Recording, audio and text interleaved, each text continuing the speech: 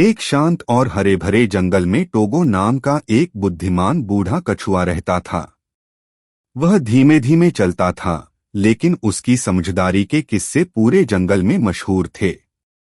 जब भी किसी जानवर को कोई समस्या होती, वह टोगो के पास जाता और उसकी सलाह मानता। एक गर्मी की सुबह जंगल के सभी जानवर नदी के किनारे इकट्ठा हुए।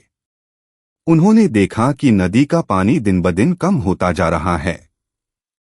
अगर यह सिलसिला चलता रहा तो जल्दी ही पीने के लिए पानी नहीं बचेगा। सब घबरा गए और अलग अलग सुझाव देने लगे।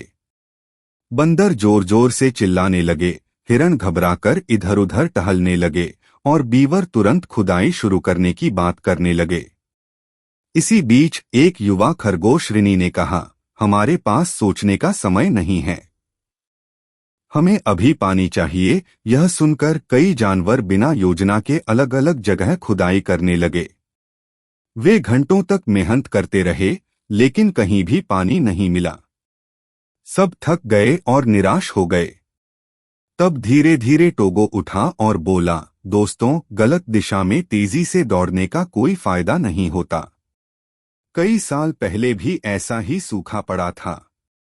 तब एक भूमिगत झरने ने हमें बचाया था। वह झरना पुराने बरगद के पेड़ की जड़ों के पास है।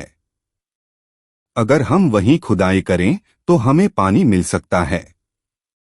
जानवरों ने उसकी बात मानी और सभी ने मिलकर बरगद के पेड़ के पास खुदाई शुरू कर दी। बीवर ने जड़ों को काटकर रास्ता साफ किया, खरगोशों ने मिट्टी हटाई, हाथियों ने भारी मिट्टी उठाकर किनारे रखी। शाम होते होते मिट्टी गीली होने लगी और अचानक ठंडा मीठा पानी फूटकर बाहर आने लगा। पूरे जंगल में खुशी की लहर दौड़ गई। रात को जब सभी जानवर पानी पीकर आराम कर रहे थे, रिनी टोगो के पास आया और बोला, मैंने सोचा था कि तेजी ही सब कुछ है, लेकिन आज समझ आया कि सही रास्ता चुनना और धैर्य रखना ज्यादा जरूरी है। टोगो मुस्कुराया और बोला, बुद्धि रास्ता दिखाती है और धैर्य हमें मंजिल तक पहुंचाता है।